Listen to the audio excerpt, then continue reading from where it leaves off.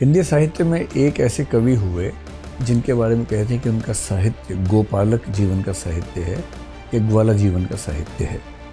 वो कौन कवि हैं? कृषि के विकास में रासायनिक उर्वरकों की कितनी भूमिका रही है। तो आपका जो नायक होगा वो कैसा होगा, उसकी कैसी छवि है आपके दिमाग में? विरोधाभास नजर नहीं आता भारतीय विदेश नीति में? राज्यों का पुनर्गठन भाषाई आधार पर जल्दबाजी में किया गया, पुनर्विचार करने की जरूरत है। ये नक्सलवाद की समस्या छत्तीसगढ़ में ज़्यादा है। मध्य प्रदेश में भी एक ज़माना था, बालाघाट में ठीक ठाक रही जहाँ से आते हैं। इफेक्टिव तरीके से बताइए क्या समाधान करना चाहिए?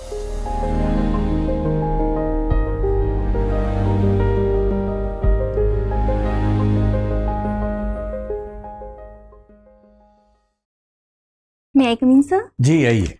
Good evening, sir. Good evening, ma'am. Good evening. बैठिए बैठिए बैठिए। So your name is Payal Gwalvanshi, right? Yes, sir. And your medium for the interview is Hindi or English? Sir, Hindi. Hindi. Yes, sir. And medium for the mains? Sir, Hindi. Hindi. Yes, sir. And this is your first attempt? No, sir. It's my fourth attempt, but first interview. Fourth attempt and first interview. Yes, sir. ठीक है। So Payal, before we start, would you like to describe yourself? Yes, sir. Sir, मेरा नाम पायल गोलवंशी है। मैं मध्य प्रदेश राज्य के बालाघाट जिले से हूँ। ग्रेजुएशन में मैंने bachelor of technology in agricultural engineering किया है। ठीक है। और मुझे मेहंदी बनाना, रंगोली बनाना और सिलाई करना पसंद है। बहुत सुंदर बात है। और आपका वैकल्पिक विषय क्या है? Sir, Hindi literature. और आपने एग्रीकल्चर क्यों नहीं रखा अपना ऑप्शनल? सर, जब मैंने यूपीएससी की तैयारी स्टार्ट की थी तब मैंने सबसे पहले वैकल्पिक विषयों की सूची देखी थी, पर उसमें एग्रीकल्चरल इंजीनियरिंग तो था नहीं। बट सर, एग्रीकल्चर का जो सिलेबस था वो मेरे ग्रेजुएशन में मैंने जो पढ़ा था उससे काफ़ी डिफरेंट था। तो फिर सर मैंने हिंदी लिटरेचर लेने का सोचा। तो नंबर 2 पे हिंदी ही लिखा हुआ था उसमें लिस्ट में? सर नहीं सर, मेरे जो एकेडमिक से संबंधित थे सर वो एग्रीकल्चर था, बट उसका सिलेबस सर मुझे नहीं। ये तो इस बात का उत्तर हुआ कि एग्रीकल्चर क्यों नहीं लिया। Yes sir. हिंदी साहित्य क्यों लिया? सर, चूँकि मेरी 12वीं तक की जो पढ़ाई हुई थी वो हिंदी माध्यम से ही हुई थी, और सर मुझे रुचि भी है हिंदी। अच्छा। Yes sir. ठीक है। तो पायल, आपका सरनेम बड़ा सुंदर है, ग्वालवंशी। Yes sir. हिंदी साहित्य आपका विषय है। Yes sir. हिंदी साहित्य में एक ऐसे कवि हुए जिनके बारे में कहते हैं कि उनका साहित्य गोपालक जीवन का साहित्य है, एक ग्वाला जीवन का साहित्य है। वो कौन कवि हैं? उनके बारे में मैनेजर पांडे नाम के एक लेखक ने बड़ी सुंदर किताब लिखी और बताया कि यदि आपको हिंदी साहित्य के इतिहास में ग्वाला जीवन की छवि देखनी हो पूरी गहराई से, तो आप इस कवि के काव्य को पढ़ लीजिए। सर, मैं अनुमान लगाना चाहूँगी। लगाइए, अनुमान लगाइए। सर, सूरदास जी के एकदम बारे। ठीक अनुमान लगाया। तो मुझे ये बताएं कि सूरदास के साहित्य में मुझे कोई ऐसी 3 पंक्तियां बताइए जिससे ये समझ में आए कि ग्वाले जीवन में या गोपालक जीवन में चीजें कैसे होती थी उस जमाने में। Yes sir. सर, जो हमने पढ़ा है सूरदास जी की भ्रमर गीत, सर उसमें एक दोहा है, उनकी एक रचना है सर। उसमें ये कहा गया है कि अब घबराइए मत, आराम से सोच के बताइए। Yes sir. डरिए मत। बड़ी किस गात गई, सर गाय के बारे में है कि कृष्ण जी के विरह में गाय भी जो है वो काफ़ी वेदना में है, विरह में है। कृष्ण, सर मुझे दोहा याद नहीं आ रहा। यस सर, अति कृष्ण गाय। यस बहुत सर। दुखारी गाय। ठीक, बहुत दुखारी गाय। Yes sir. और इसके अलावा? और सर, जब कृष्ण और अपने साथियों के साथ में खेलते रहते हैं और बातों ही बातों में उनके बीच में एक प्रतिस्पर्धा की भावना होती है, तो उनके जो मित्र होते हैं वो कहते हैं कि आपके पास में ज़्यादा गाय है तो इसका मतलब ये नहीं है कि आप ज़्यादा बड़े हैं और आप हम पे हुक्म चलाएंगे। सर, इस समय भी उनके बीच में गायों की। कौन से दोस्त ने ये बात कही उनसे? सर, सुदामा भी है और अन्य मित्र भी। Yes sir. सर, उन्होंने कहा था कि आपके पास में ज़्यादा गाय हैं। बहुत सुंदर। Yes sir. और सर एक और है, जब कृष्ण और राधा जी है तो कृष्ण उन्हें छेड़ने के लिए एक दूध दोते हुए उनके तरफ भी जो दूध की एक धार है उनके मुंह पर मारते हैं, तो सर उस समय भी गाय का वर्णन है। अच्छा। Yes sir. ऐसी आधुनिक काल में एक बहुत महान उपन्यास लिखा गया जिसके नाम में ही गाय है। Yes sir. कौन सा उपन्यास है? सर मुंशी प्रेमचंद जी का गोदान जो है वो एक उपन्यास है जिसमें गोदान उपन्यास का नाम गोदान क्यों पढ़ा? सर जो सर जो गोदान के जो मुख्य नायक जो बोलना चाहिए होरी है, उनकी एक इच्छा रहती है गाय को पालने की, और गाय के विषय में ही यह जो उपन्यास है उसमें लास्ट में जब उनकी अंतिम इच्छा होती है तो उनकी पत्नी के द्वारा गोदान किया जाता है, मतलब गाय का दान किया जाता है, तो उसी विषय पे है, इसलिए सर गोदान नाम है इसका।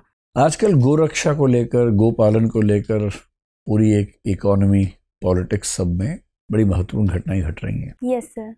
आपकी राय में हम अपनी अर्थव्यवस्था में ऐसा क्या करें कि गाय की रक्षा भी कर सके और हमारी इकोनॉमी चलती भी रहे? Yes sir.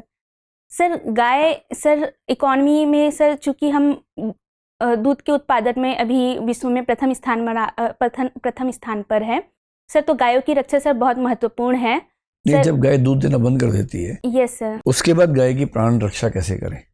सर गाय का महत्व सिर्फ दूध देने तक ही नहीं रखना चाहिए सर, चूँकि वह एक जीव है और दूध ना देने के बाद भी उसका महत्व है सर। उनके लिए एक अलग से व्यवस्था होनी चाहिए। जो ओल्ड पशु होते हैं उनके लिए सर अलग से व्यवस्था होनी चाहिए, और उनके चारे की व्यवस्था, और उनका जब तक जीवन काल है तब तक उन्हें सारी सुविधाएं प्रदान की जानी ये व्यवस्था चाहिए। सिर्फ गायों के लिए होनी चाहिए और पशुओं के लिए भी होनी सर चाहिए? सभी पशुओं के लिए होनी चाहिए। उनका सिर्फ वाणिज्यिक महत्व नहीं होना चाहिए, उनके जीवन का भी महत्व होना चाहिए। और मनुष्यों के लिए? सर बिल्कुल सर, मनुष्यों के लिए भी होना चाहिए। मनुष्यों की तो पेंशन की व्यवस्था नहीं है रिटायरमेंट के बाद। अब तो न्यू पेंशन स्कीम में बड़ा मुश्किल है, और जो लोग नौकरी नहीं करते उनके लिए तो और व्यवस्था नहीं है। Yes sir. सर कुछ वृद्धाश्रम बनाए गए हैं जिनके जो बेसहारा, जिनके ठीक है, बच्चे ठीक नहीं। है, यस सर, सॉरी सर। पायल, कृषि अभियांत्रिकी आपने पढ़ा है, एग्रीकल्चरल इंजीनियरिंग। ये बताएं कि कृषि के विकास में रासायनिक उर्वरकों की कितनी भूमिका रही है? Yes sir. सर रासायनिक उर्वरक की बात की जाए तो सर जब हरित क्रांति आई थी सर, हरित क्रांति के समय में जो MS स्वामीनाथन थे, उन्होंने सर खाद्यान्न उत्पादन में रासायनिक उर्वरकों की एक निश्चित अनुपात बताया था, 4:2:1। सर यदि हम उस अनुपात में रासायनिक उर्वरक का उपयोग करते तो उत्पादकता बढ़ाने के लिए सही है, लेकिन यदि हम उस अनुपात को बढ़ा देते हैं तो सर इससे जो मृदा है, मिट्टी है सर, उसमें गलत प्रभाव पड़ता है, उसकी जो फर्टिलिटी है वो कम होती ये है। 4:2:1 क्या होता है? सर ये NPK रेशियो होता है, नाइट्रोजन, फास्फोरस और पोटेशियम का रेशियो होता है। इसकी मृदा में आवश्यकता, मिट्टी के लिए आवश्यकता होती है उत्पादकता पी से बढ़ाने। फास्फोरस होता है, फॉस्फेट होता है, या दोनों सेम ही चीज है? सर फास्फोरस से ही फास्फेट बनता है। ठीक है। सॉरी सर, फास्फोरस के कितने अप्रूव पढ़े हैं आपने? Sorry sir. अच्छा, कोई बात नहीं। ये बताएं कि भारत में उर्वरक उत्पादन करने वाली सबसे बड़ी कंपनी सरकारी क्षेत्र में कौन सी है? सर इफ्को जो है सर, इफ्को सर वो उर्वरक उत्पादन में मुख्य भूमिका वो निभाती है। सरकारी कंपनी है इफ्को? इफ्को का फुल फॉर्म बता सकती हैं? सर सॉरी सर, कोई बात नहीं। एक fertilizer corporation of India limited है, FCIL है, यस सर। वो एक सरकारी कंपनी है। उसके कारखाने कहाँ कहाँ हैं? उनके कुछ कारखाने को अभी सरकार ने रिवाइव किया है, यस सर। इसलिए वो चर्चा में रहे। सर नहीं पता है। ठीक है, कोई बात नहीं। ये बताएं कि जो आपने कहा हरित क्रांति यस कार्यक्रम, सर। तो हरित क्रांति कार्यक्रम में वैज्ञानिकों के दल का नेतृत्व MS स्वामीनाथन जी ने किया था, यस सर। लेकिन उन्नत बीज हमें कहाँ से मिला था? किस देश से हमने आयात किया था? सर उन्नत बीज की जो किस्म थी, हमने अमेरिका से पहले PL 480 जो स्कीम थी उसके माध्यम से गेहूं के बीज मंगवाए थे, लेकिन सर जो नॉर्मन बोरलॉग थे उन्होंने 2 किस्म दी थी। उनके माध्यम से फिर जो MS स्वामीनाथन है उन्होंने भारत के अनुकूल जो बीज थे उनका निर्माण किया था। और सर फिलीपींस से धान के किस्म लाई गई थी, फिलीपींस से। अच्छा, ये बताएं कि ये जो कहा जा रहा है ऑर्गेनिक फार्मिंग, यस सर। और दूसरा कहा जा रहा है zero budget farming, yes sir. इन दोनों में कोई अंतर है कि एक ही चीज़ है? सर कुछ मामलों में तो समानता है, लेकिन कुछ मामलों में अंतर भी है। समानता के 2 बिंदु और असमानता के 2 बिंदु बता दें। Yes sir. सर जो ऑर्गेनिक फार्मिंग है उसमें सर मुख्य उद्देश्य यह होता है कि हम कम से कम जो रासायनिक उर्वरकों का प्रयोग करें और अधिक से अधिक हम जैविक उर्वरक जैसे कि कंपोस्ट खाद, इन सारी खादों का उपयोग करें। सर ये ऑर्गेनिक फार्मिंग होती है। और क्या कोई सरकारी कार्यक्रम है इसको प्रोत्साहित करने के लिए? Yes sir. सर एक परंपरागत कृषि विकास योजना है जिसमें हम जो ट्रेडिशनल वे में जो कृषि करते थे उसे ही फिर से हम उपयोग में लाए, और जो पहले जो खाद के लिए जो खाद यूज़ किया जाता था, जो गोबर, जीवामृत, बीजामृत, इनका उपयोग किया जाए। सरकारी कार्यक्रमों में 2 शब्द बार बार आते हैं, श्री विधि और श्री अन्न। यस ये सर। दोनों क्या है? सर मुझे श्री विधि के बारे में नहीं पता, लेकिन जो श्री अन्न है सर, ये मिलेट्स के बारे में है, जो अभी मोटे अनाज पर जो मुख्य फोकस दिया जा रहा है सर, उसी से संबंधित श्री अन्न योजना है। ठीक है, मेरा अंतिम प्रश्न है पायल, यस सर। क्योंकि आप रहने वाली बालाघाट की हैं, यस सर। तो ये बताएं कि धारणीय विकास में बालाघाट की क्या विशेष भूमिका रही है? सर सस्टेनेबल डेवलपमेंट जो है सर, इसमें मुख्य फोकस तो सर आगे वाली पीढ़ियों को ध्यान में रखते हुए विकास की ओर जाना है। सर वर्तमान में सर बालाघाट में सर माइनिंग क्षेत्र है सर, इसमें सर मैग्नीज और तांबे की खदानें हैं सर। इसमें इस तरह से प्रोडक्शन किया जा रहा है जिससे जो हमारा पर्यावरण है उसमें भी कम से कम नुकसान हो, तो एक प्रकार से पर्यावरण अनुकूल उत्पादन की ओर ध्यान दिया जा रहा है। दूसरा सर वन आवरण बहुत ज़्यादा है, तो सर वन आवरण को भी सुरक्षित करने के लिए सर मानव और प्रकृति के बीच में तालमेल ठीक है, धन्यवाद बढ़ाने। पायल। पायल, सर से बात करते हुए आपने बताया कि बालाघाट में माइंस भी हैं। यस। ये बताइए इंडस्ट्रियल डेवलपमेंट का क्या स्टेटस है वहाँ पर? मैम मिनरल्स की तो उपलब्धता है, बट मैम इंडस्ट्रियल विकास उतना अच्छा नहीं हो पाया है। मैम मुख्यतः कच्चे माल का उत्पादन किया जाता है और उसे निर्यात कर दिया जाता है, जैसे कि छत्तीसगढ़ में, मैम पहले छत्तीसगढ़ मध्य प्रदेश का ही भाग था, इसलिए इंडस्ट्रियल ग्रोथ मैम मुख्यतः छत्तीसगढ़ में हो पाया और कच्चे माल का निर्यात बालाघाट से होता रहा ठीक है, ये बताइए मध्य प्रदेश की ऐसे कौन कौन से कृषि उत्पाद हैं जिनके पास जीआई टैग है? कुछ के नाम बता दीजिए। Yes ma'am. मैम बालाघाट जिले से ही मैम चिन्नौर चावल को मैम जीआई टैग मिला है, जो कि कृषि ठीक है। उत्पाद के अंतर्गत आता है। काली मूछ राइस भी बालाघाट में ही होता है, जो मध्य प्रदेश का एक बहुत फेमस राइस वेरिएंट है, या किसी अन्य क्षेत्र में होता है? आपको कोई आइडिया? नो मैम, आपको आइडिया sorry नहीं है? मैम। कोई Yes, बात मैम। नहीं। आप मुझे ये बताइए पायल कि आपने हिंदी साहित्य पढ़ा है। Yes ma'am. हिंदी साहित्य में आपने बहुत सारे उपन्यास, कहानियां, कविताएं सब कुछ पढ़ा होगा। Yes ma'am. एक इमेज बनती है हमारे दिमाग में साहित्य को पढ़ने के बाद, नायक, खलनायक, नायिका, इन सब के बारे में। यस ठीक मैम, है। बिल्कुल मैम। यदि मैं आपसे पूछूं कि आपको विवाह करना है, तो आपका जो नायक होगा वो कैसा होगा, उसकी कैसी छवि है आपके दिमाग में? तो आप मुझे प्राथमिकता के आधार पर बताइएगा कि इन गुणों को मैं इस प्राथमिकता में इस नंबर पे रखते हुए ऐसे चयन करूंगी। Yes ma'am. मैम यदि प्रथम मैं देखूँ तो सर मैम मुझे जो मैला आंचल के प्रशांत है, डॉक्टर प्रशांत मैम, उनका व्यक्तित्व मुझे बहुत प्रभावित करता है। ठीक है। जिनके पास में कई अवसर होने के बावजूद भी उन्होंने ग्रामीण अंचल में रहकर अपनी सेवा देना चाहा। मैम दूसरा यदि मैं व्यक्तित्व लेना चाहूँ तो मैम दिव्या के मारिस को मैं लेना चाहूँगी, क्योंकि भले ही वो चारवाक थे परंतु उन्होंने सही का साथ भी दिया है अंत तक। Yes ma'am. Ma'am Munshi Premchand ji की मैंने एक अलग योजा कहानी पढ़ी थी। अलग योजा? यस मैम, अलग योजा।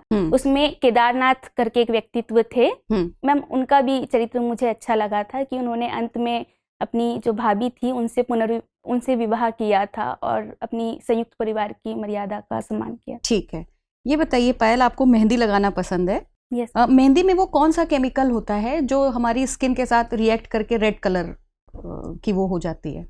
Yes ma'am.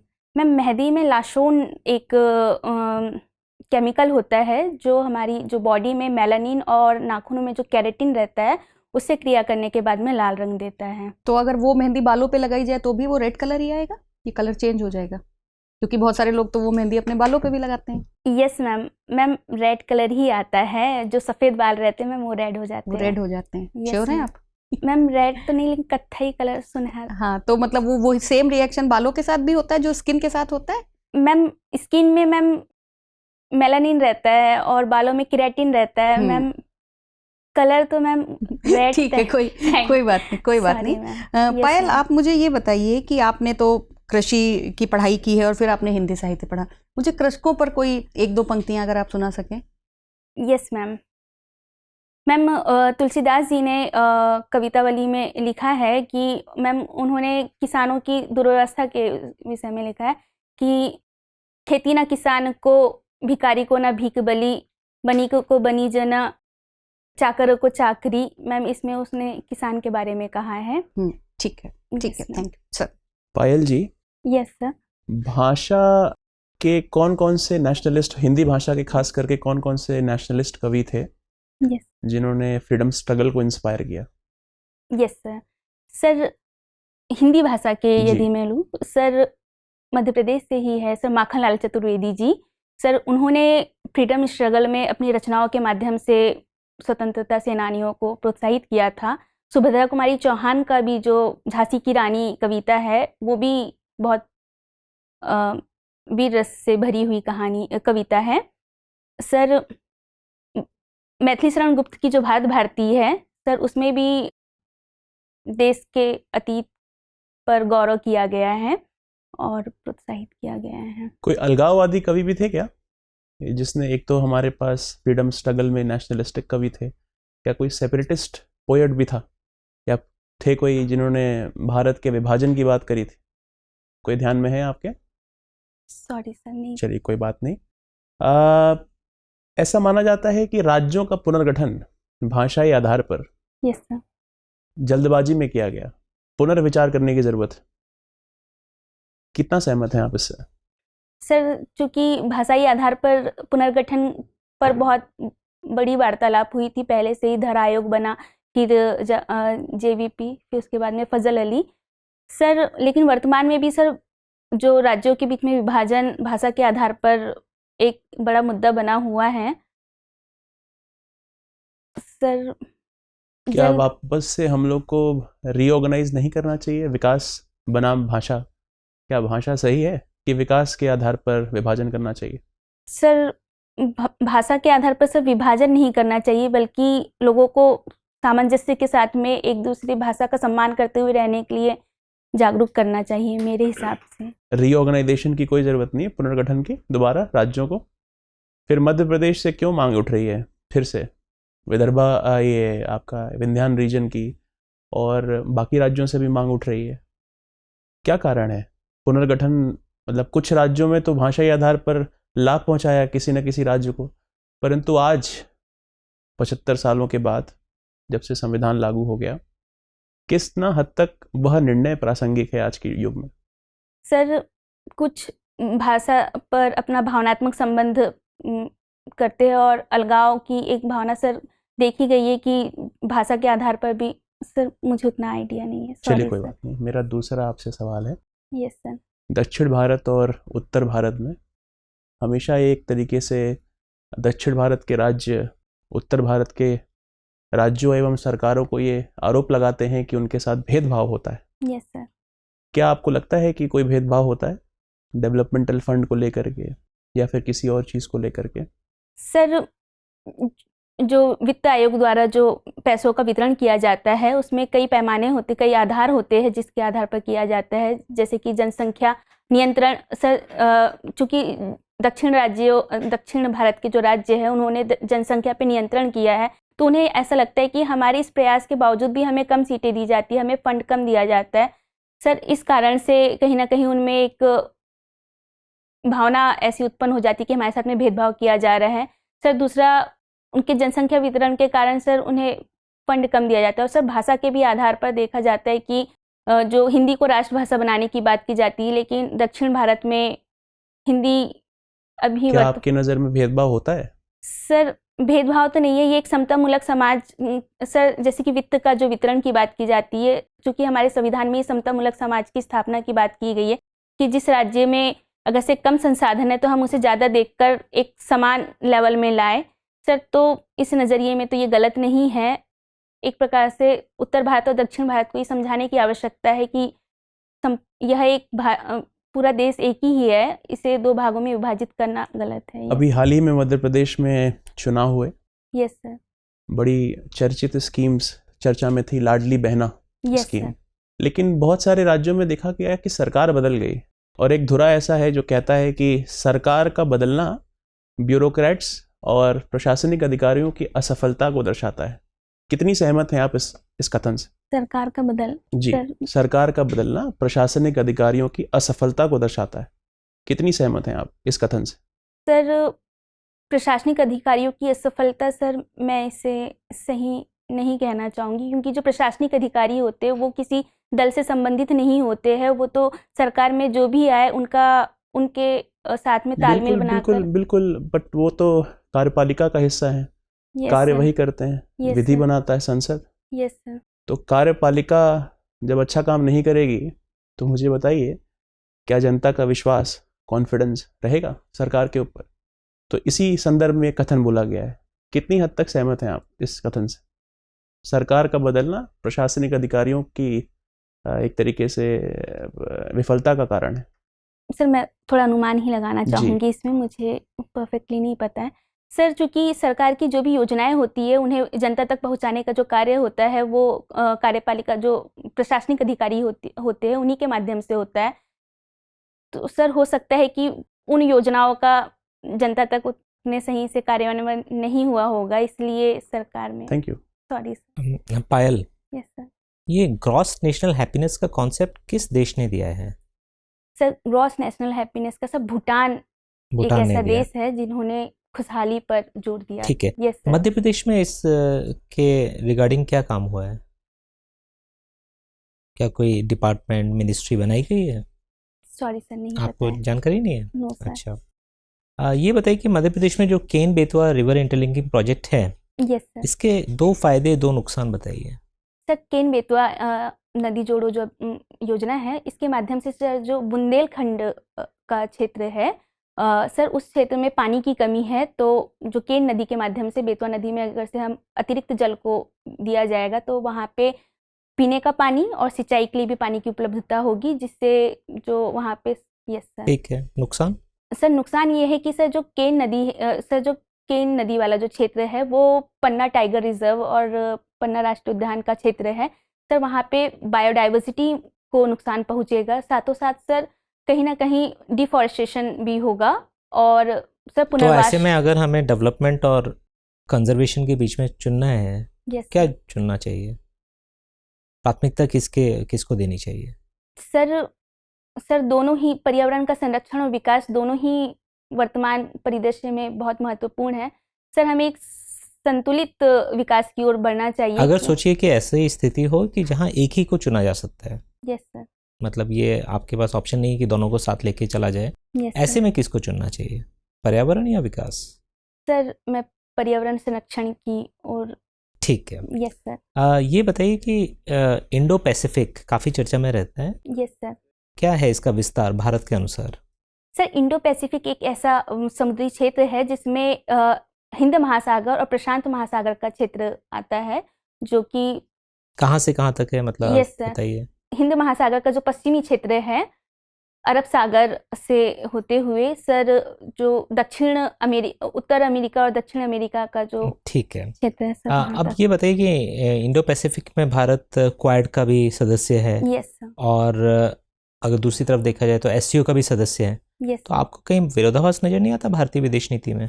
सर चूंकि भारत ने हमेशा अपने राष्ट्रहित और किसी एक ही पक्ष का नहीं किया है सर, तो सर क्वाड में होना और एससीओ में होना सर दोनों ही भारत के लिए कूटनीति के लिए सही है। इसके लिए क्या कोई टर्म आजकल यूज हो रहा है? जैसे पहले हम नॉन अलाइनमेंट की पॉलिसी अपनाते थे, तो अब कैसा अलाइनमेंट कर रहे हैं? Sir multi alignment. Yes sir, multi alignments, multipolar ठीक है। विदेश नीति। मेरा आखिरी सवाल आपसे ये है पायल कि आपने क्योंकि एग्रीकल्चर इंजीनियरिंग की हुई है, यस सर। तो अभी कुछ समय पहले सरकार फार्म लॉज लेके आई थी, यस सर। काफ़ी ज़्यादा उसको लेकर विवाद रहा और सरकार ने उसको अंततः वापस ले लिया। Yes sir. आप ये बताइए कि सरकार क्या लाने में ज़्यादा सही थी या उसको वापस लेने में ज़्यादा सही काम किया है? सर सरकार ने जो फार्म लॉस लाए थे सर वो एक अच्छे उद्देश्य से ही लाए थे, जिसमें किसानों की हित की ही बात की गई थी, पर किसानों को ऐसा बिल्कुल नहीं लगा शायद, क्योंकि इतना प्रोटेस्ट हुआ, लंबे समय तक प्रोटेस्ट हुआ। यस सर कहीं ना कहीं सर मुझे लगता है कि यह एक कम्युनिकेशन गैप जो था किसान और सरकार के बीच में सर ये मुख्य कारण था। और सर इसकी जो वापस कानून लेने अपने आप में अच्छे थे? सर उसके कुछ प्रावधान ऐसे थे जो कि बहुत अच्छे थे। अधिकांश प्रावधान सर मैं ठीक है, मानती हूँ कि धन्यवाद, अच्छे ही थे। धन्यवाद सर। Yes sir. पायल, मुझे जल्दी से एक सवाल का जवाब दीजिए यस सर। कि अगर हमें नक्सलवाद का समाधान करना हो, यस सर। मुझे अभी भी सूचना मिली कि आज फिर छत्तीसगढ़ में 3 हमारे अर्धसैनिक बलों की मृत्यु हो गई नक्सल हमले में। Yes sir. ये नक्सलवाद की समस्या छत्तीसगढ़ में ज़्यादा है। मध्य प्रदेश में भी एक ज़माना था, बालाघाट में ठीक ठाक रही जहाँ से आप हैं। Yes sir.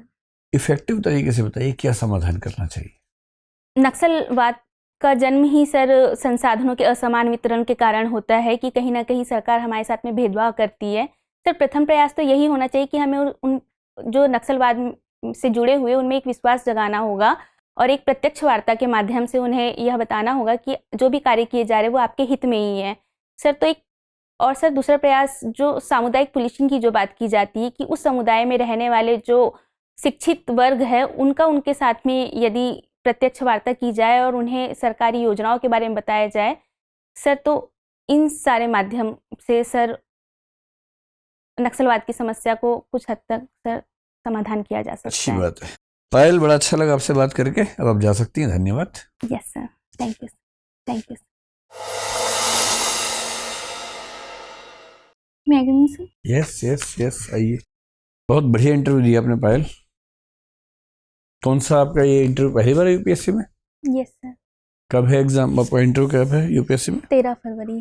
13 फरवरी को, वैलेंटाइन डे से एक दिन पहले। क्या बात है। Yes sir. और मेंस कैसा हुआ है? सर अच्छा हुआ है कितना?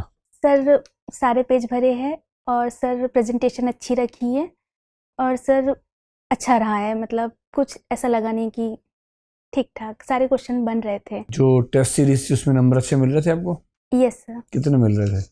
सर जीएस में सर 90 से 100 के बीच में सर हमेशा ही मिले हैं। ठीक है। और सर ऑप्शनल में देखा जाए सर तो 125 तक पहुंच जाती थी और सर ऐसे में मेरे अच्छे रहते थे, 130 अबोव है हमेशा।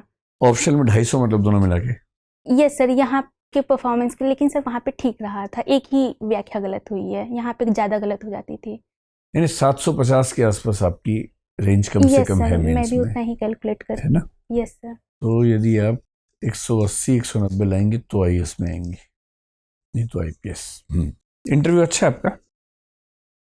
आज का जो इंटरव्यू है ये है 170 के आसपास मिलने चाहिए नंबर आपको। Yes sir. थोड़ी और मेहनत करेंगे तो और अच्छा हो जाएगा। आपकी एंट्री बहुत अच्छी है, ड्रेस बहुत ही अच्छी है, बैठने का तरीका अच्छा है, पर आप एकदम साइड में बैठी हुई थी, जैसे एक सीट पे 2 लोग नहीं बैठते यस कि कोई दूसरा आगे बैठ सकता, जगह छोड़ दूं उसके लिए। तो बीच में बैठना है एकदम, है ना? Yes sir. कुर्सी के बीच में बैठना है। हमें लगा शायद कोई आने वाला है साथ में इंटरव्यू के लिए, कोई आया नहीं, हम तो वेट करते रहे।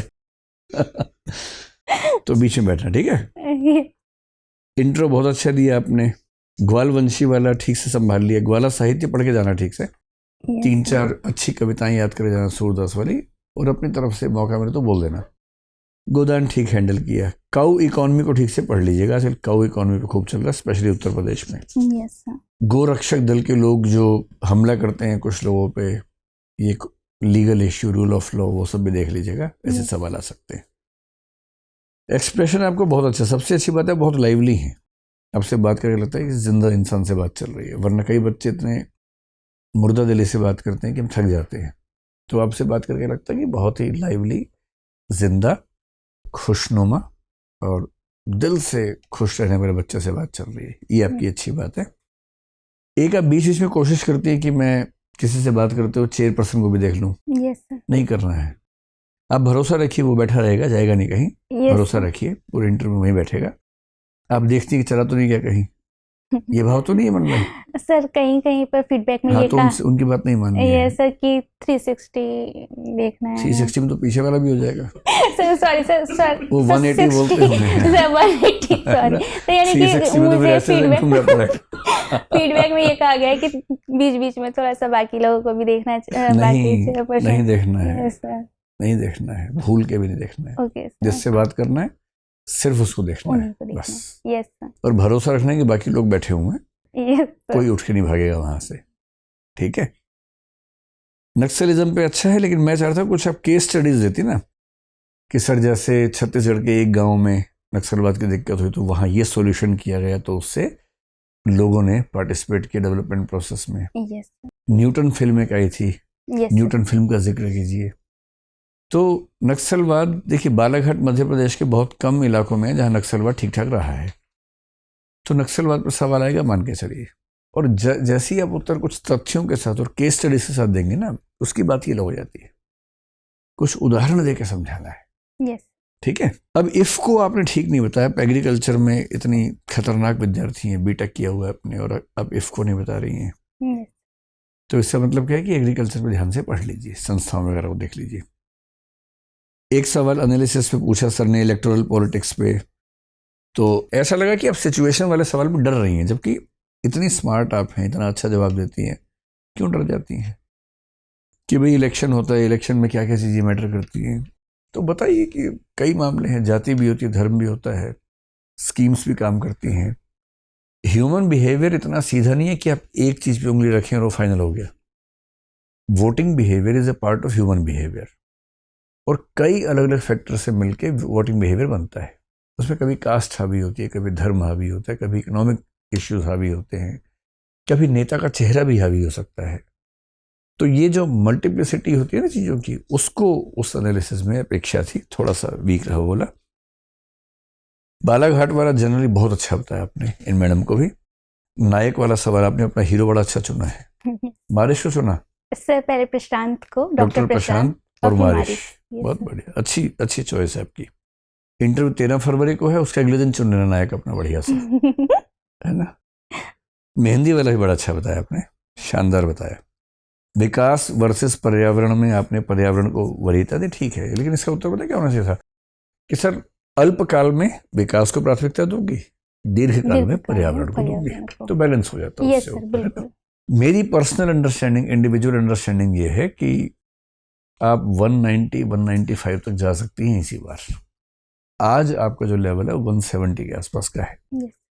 पर क्योंकि आप बहुत जिंदा दिल हैं और बहुत समझदार हैं, अगर ये गलतियां नहीं करेंगे तो 190-195 आ जाएंगे। और 195 आ गए तो इसी बार IAS, 180 आए तो इस बार IPS भरे नंबर 2 पे।